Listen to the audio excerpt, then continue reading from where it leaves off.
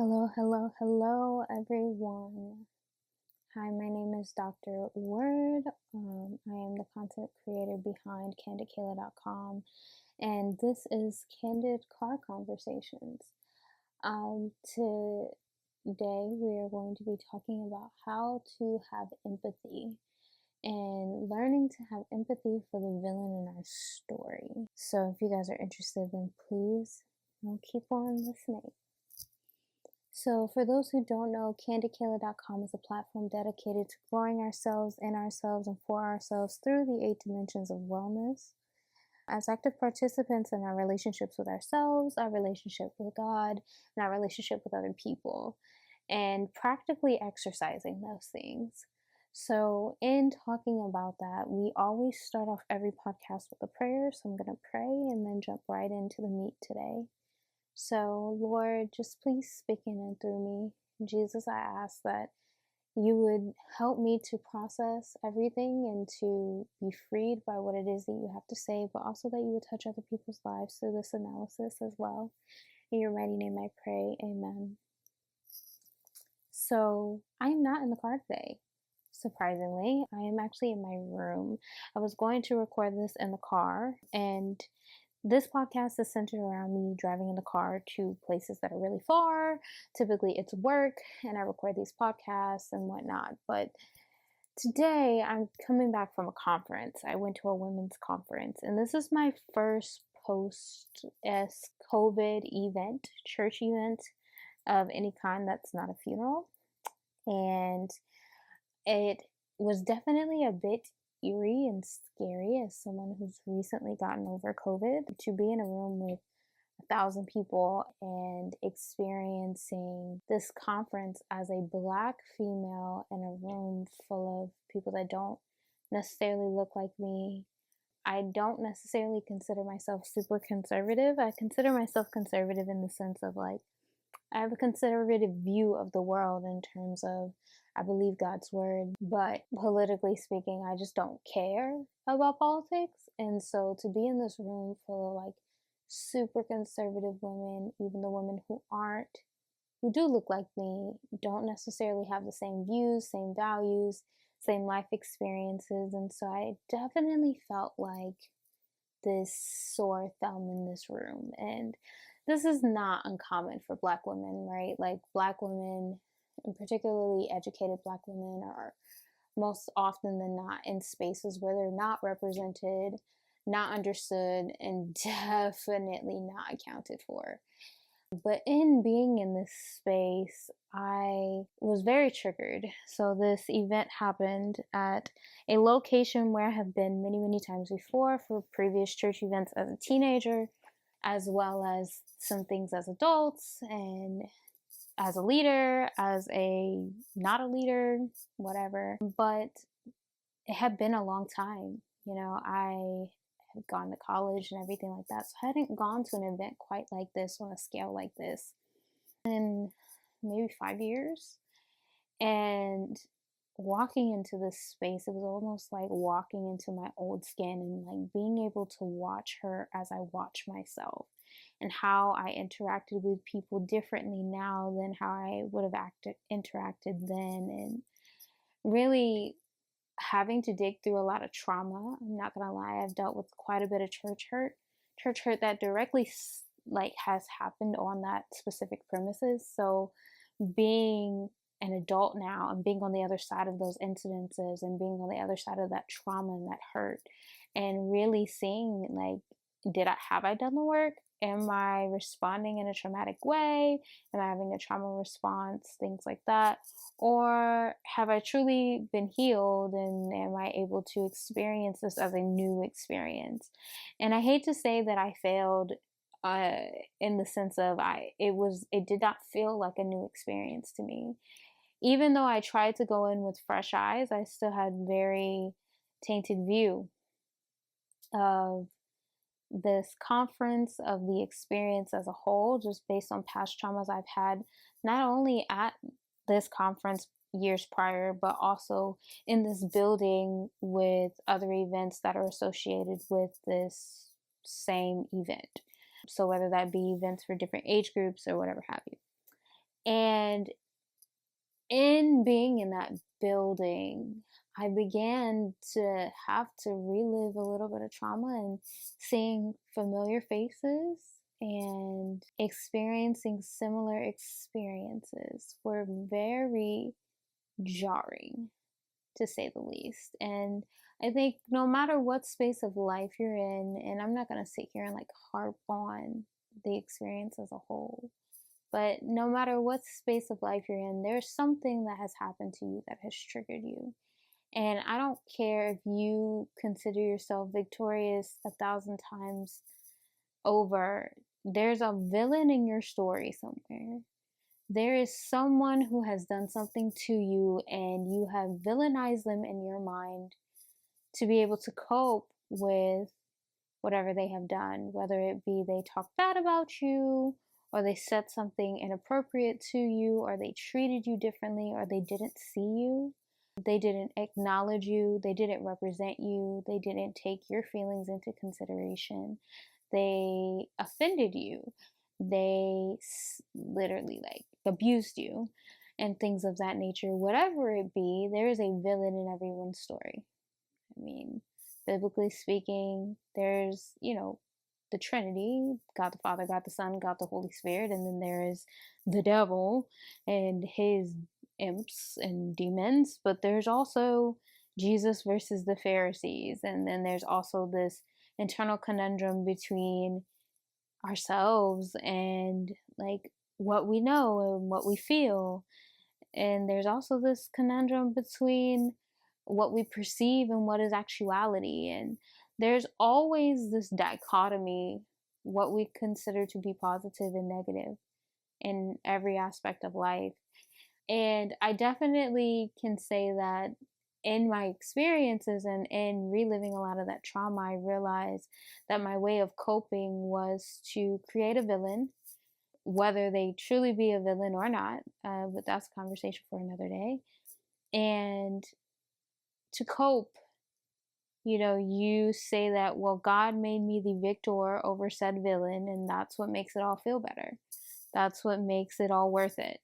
The pain is worth it because God will make me victorious. And the interesting thing about this conference is they kept saying, God won't necessarily shield you from pain, but he will always redeem pain. And I think so often we cope by just seeing positive and negative, villain and victor, that we don't see the redemptive power of Christ in the whole story for all parties involved, both the villain and the victor, because that doesn't make us feel good. And at the end of the day, that doesn't make us happy. We want whoever did bad to us, whoever did wrong to us, to feel bad, to experience pain, and not feel freedom, and not feel love, and not to be able to overcome in themselves. That's so scary. And so this really posed the question to me, like, how can I empathize with the villain in my story, and how can I find healing and freedom and understanding how to not only empathize with them, but also learning from their situation. And so I would hate to say that I have the answer to this, but I think this is multi-layered. I think the first thing is understanding their thought process and who they are. Like, so understanding them as your villain.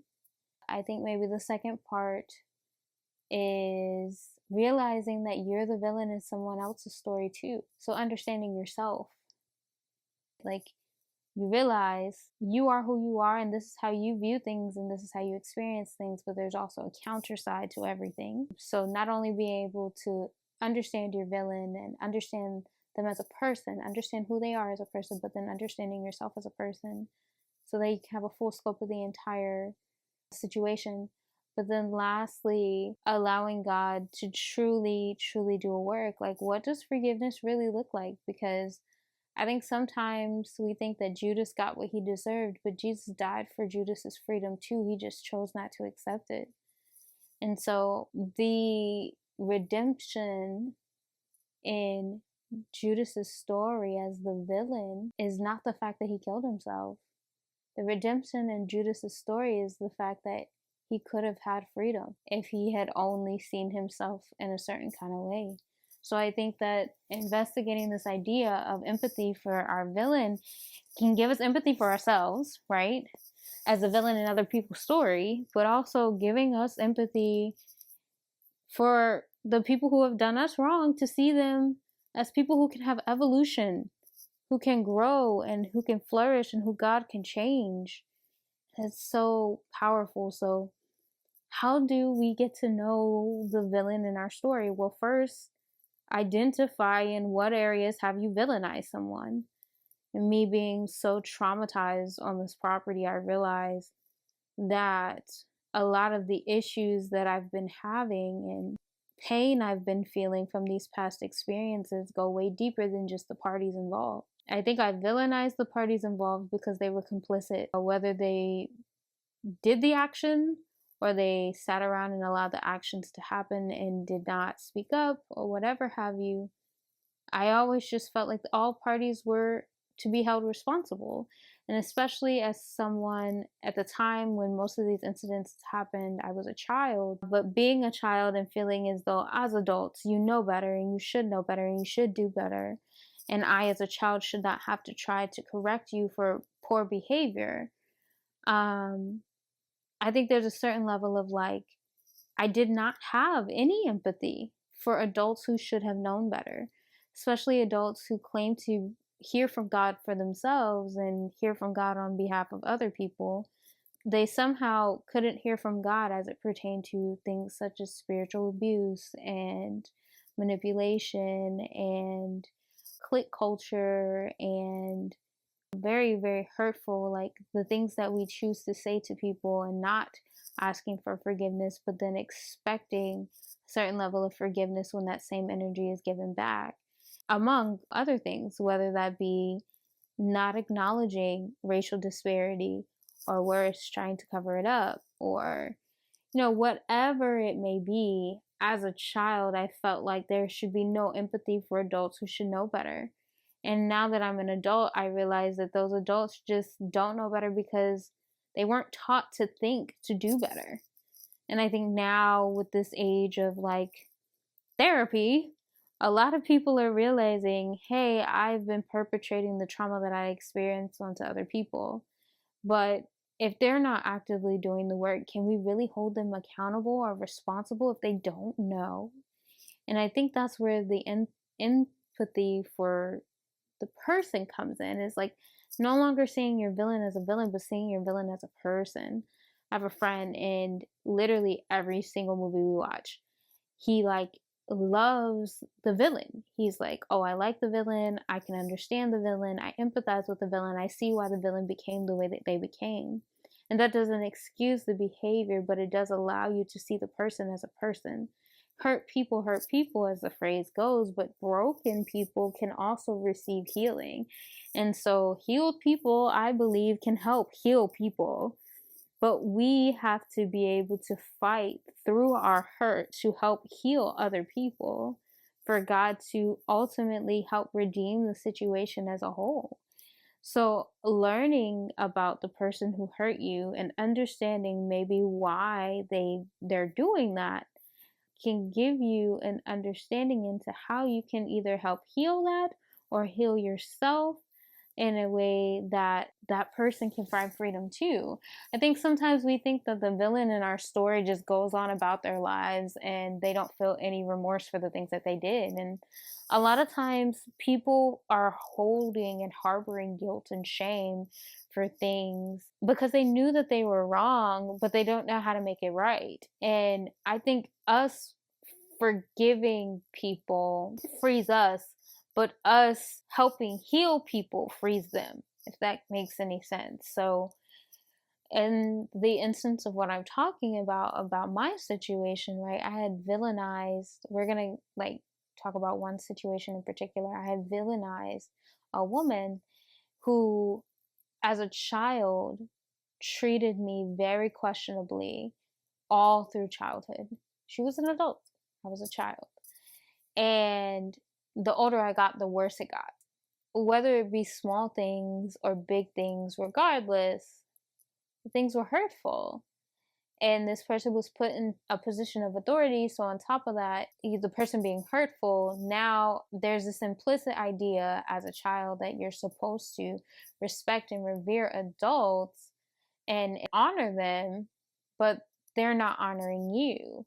And so, in seeing that person as an adult and just literally like feeling all of the trauma all over again throughout my entire body, as I'm like re experiencing that person as an adult, I had to take a step back and I had to look at, well, what made her that way? You know, I was talking to a friend of mine and she was telling me what her father had said, and he gave such great advice. And I think this is so good. He said that person acted that way because they've never had a friend, a real friend, a true friend, someone who would speak truth into them, someone who would speak life into them, someone who didn't want anything from them but to be in relationship with them, not for the sake of, you know, being put on a pedestal, not for the sake of being around somebody who looked a certain way or had certain things, but just genuinely for who that person was as a person. And that really stuck out to me because I don't think that, especially people that are close to you, right? Like if you have a friend and you've had a falling out with a friend or like a coworker or something like that, very rarely are those people hurting you just because they want to hurt you, you know, for no reason. More often than not, they don't know how to treat you and they've offended you and they continue to offend you because they don't know how to treat you. And I thought that was so good. Like people who don't have friends don't know how to be a good friend. The reverse is true. If you want to be a good friend, just go be a good friend to someone and you will begin to acquire good friends, because the energy and the space and the time that you put in to other people, it always reaps itself back, but you have to be willing to put in the work. I think the same is true when it comes to our villains and our story. No matter who they are or what relationship they might have to you, putting the effort in to be kind to them may change their perspective or show them grace, show them mercy, whatever have you. And so, in that sense, like I was a kid, this person was an adult. Clearly, I couldn't be their friend, but I don't think that person, still to this day, I do not think that person has friends, like real friends. I'm not talking acquaintances or people that they think about. I'm talking about people that they can call up and tell the truth to, the dirty, ugly, unfiltered, not pretty truth to. I don't think that person has those kinds of people in their life. And so, because of that, they don't know how to garner true relationships with anyone, not even children, because they've never had to do it for themselves in an interpersonal way. And so, taking that into consideration, most villains, like I said, are hurt. So, even if this person does have friends, maybe those friendships are like succubus type relationships where the people just pull, suck all out of them.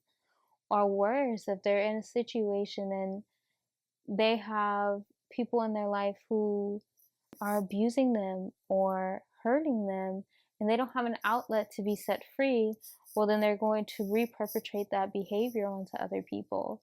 And if you can understand that, if you can get to the root of that, that gives you a level of grace for them, not allowance. I think there's a big difference between allowance and grace. Allowance says, I'm willing to take whatever from you. And I struggle with this so deeply. I'm willing to take whatever from you. You are allowed to treat me any way, and I will not say anything. That is allowance.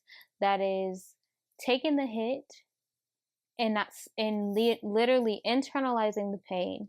The pain doesn't go anywhere. You're just internalizing it rather than externally expressing it.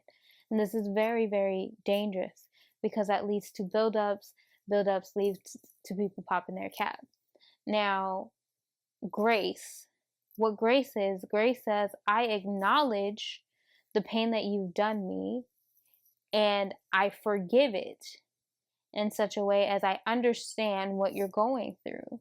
And I think that that is so powerful. It gives you an opportunity to, again, see that person as a whole person, not a part of a person or the villain in your story.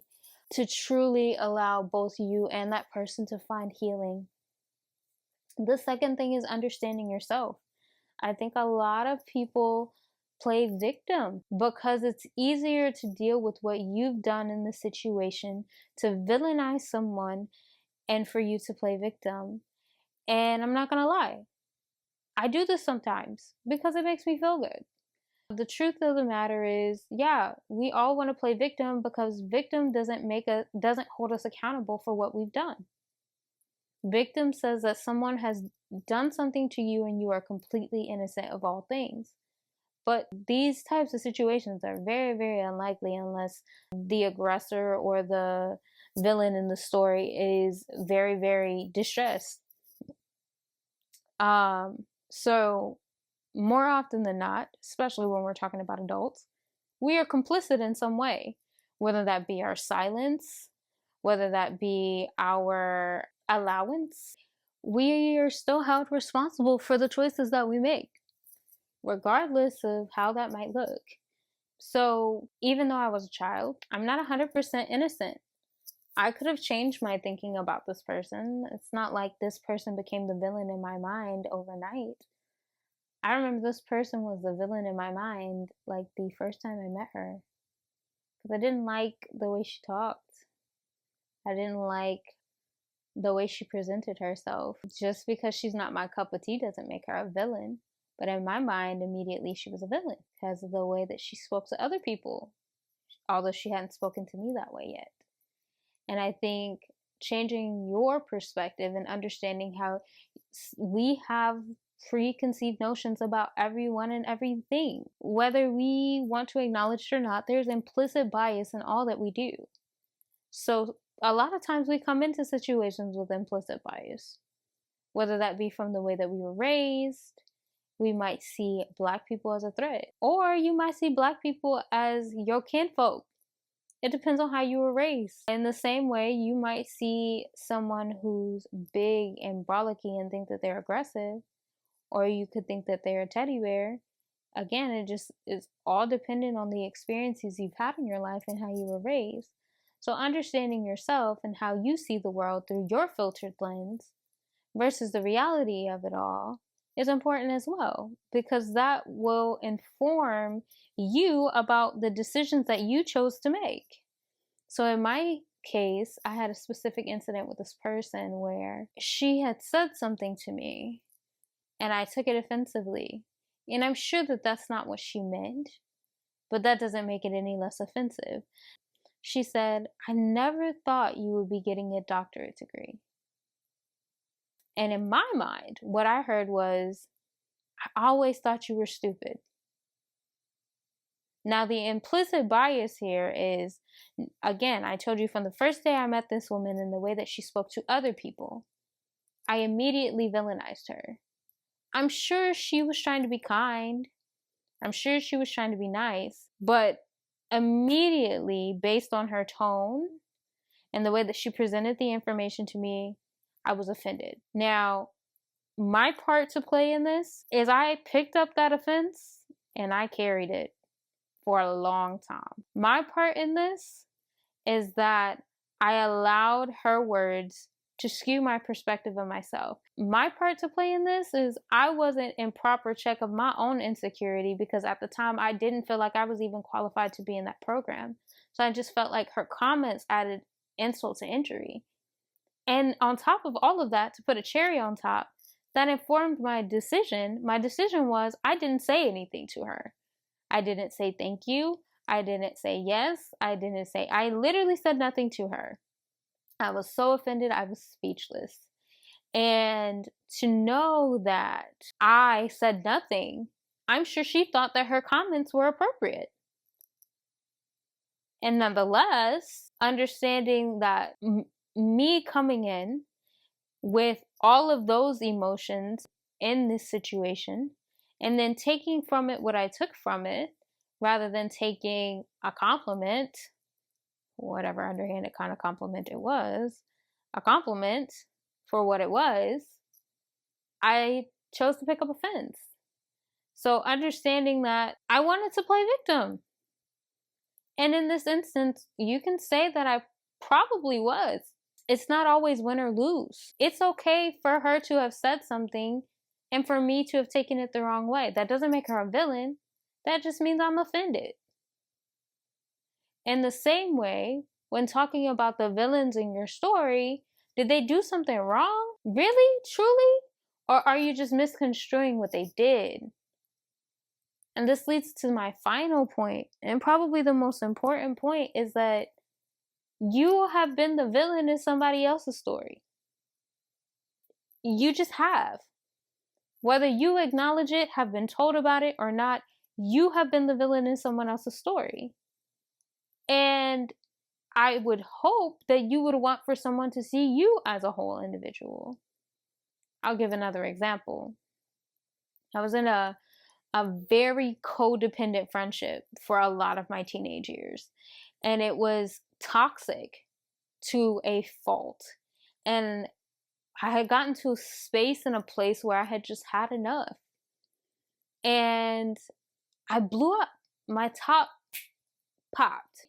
Now you have two people who are offended. I'm offended and I blew my top, and this other person is offended because I blew my top. And again, I'm the villain in this person's story, and she's the villain in mine. But who's really wrong? Maybe it's not a wrong or right. Maybe it's more of a the season was up. You know what I mean? From my perspective, I felt like I have been abused for years.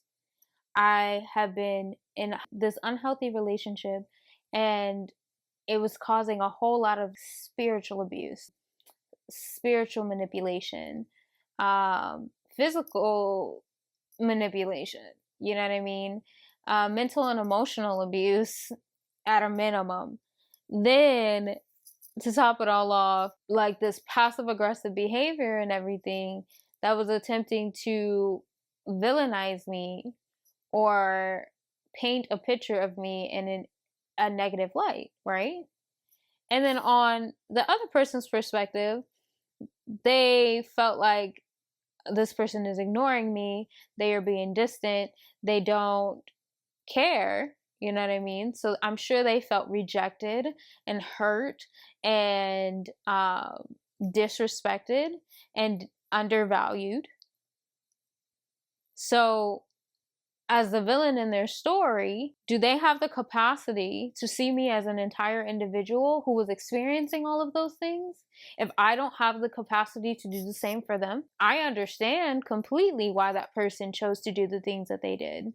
Now, I understand completely why that person acted the way that they acted. Now,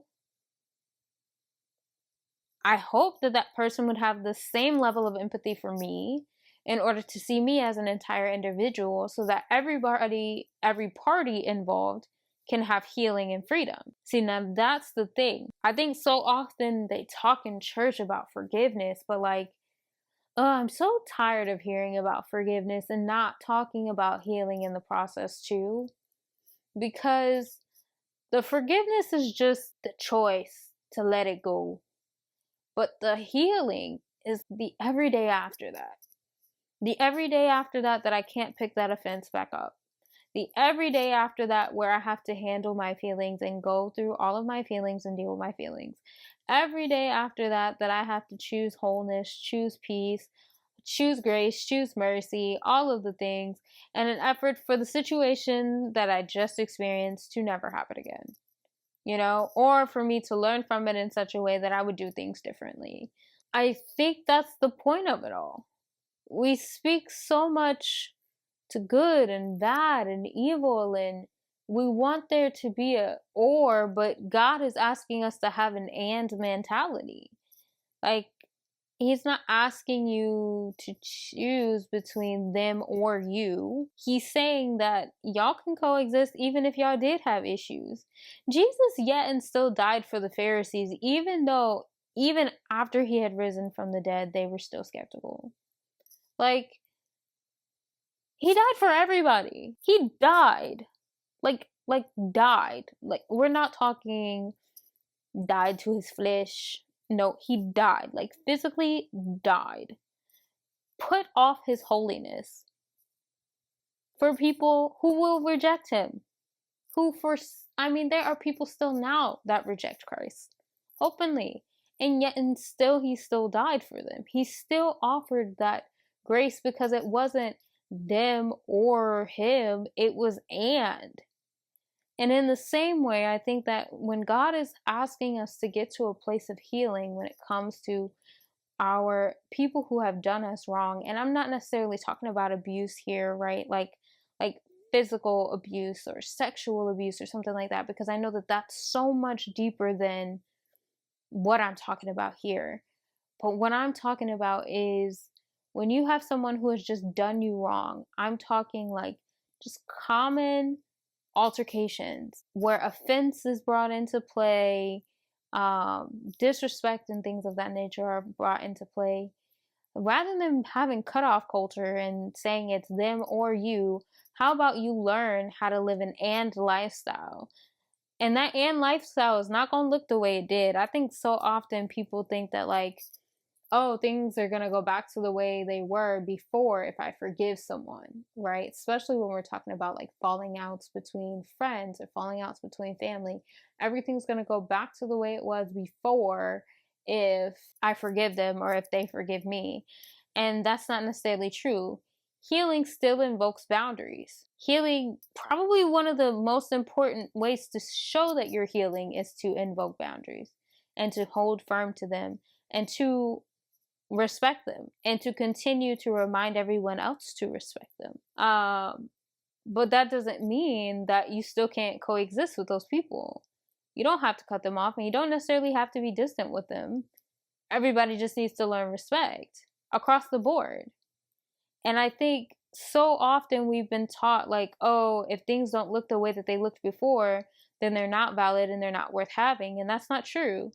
Life is so much more and than it is or.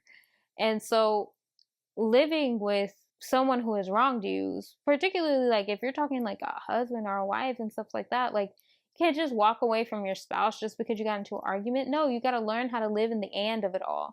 And I think if Christ in the church is this picture of marriage, how much more can we do that with the other members of the body of Christ, the other members in our life, the other people we are building relationship with?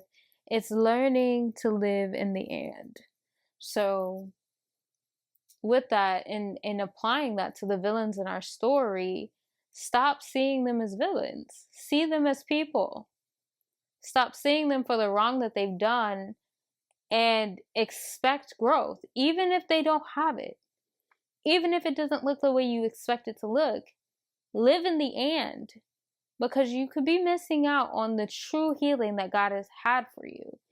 Even more so, I'm going to end on this note. Like, God has shown me through multiple experiences that he going to keep bringing up the same thing anyway if you don't go through it and learn what you need to learn.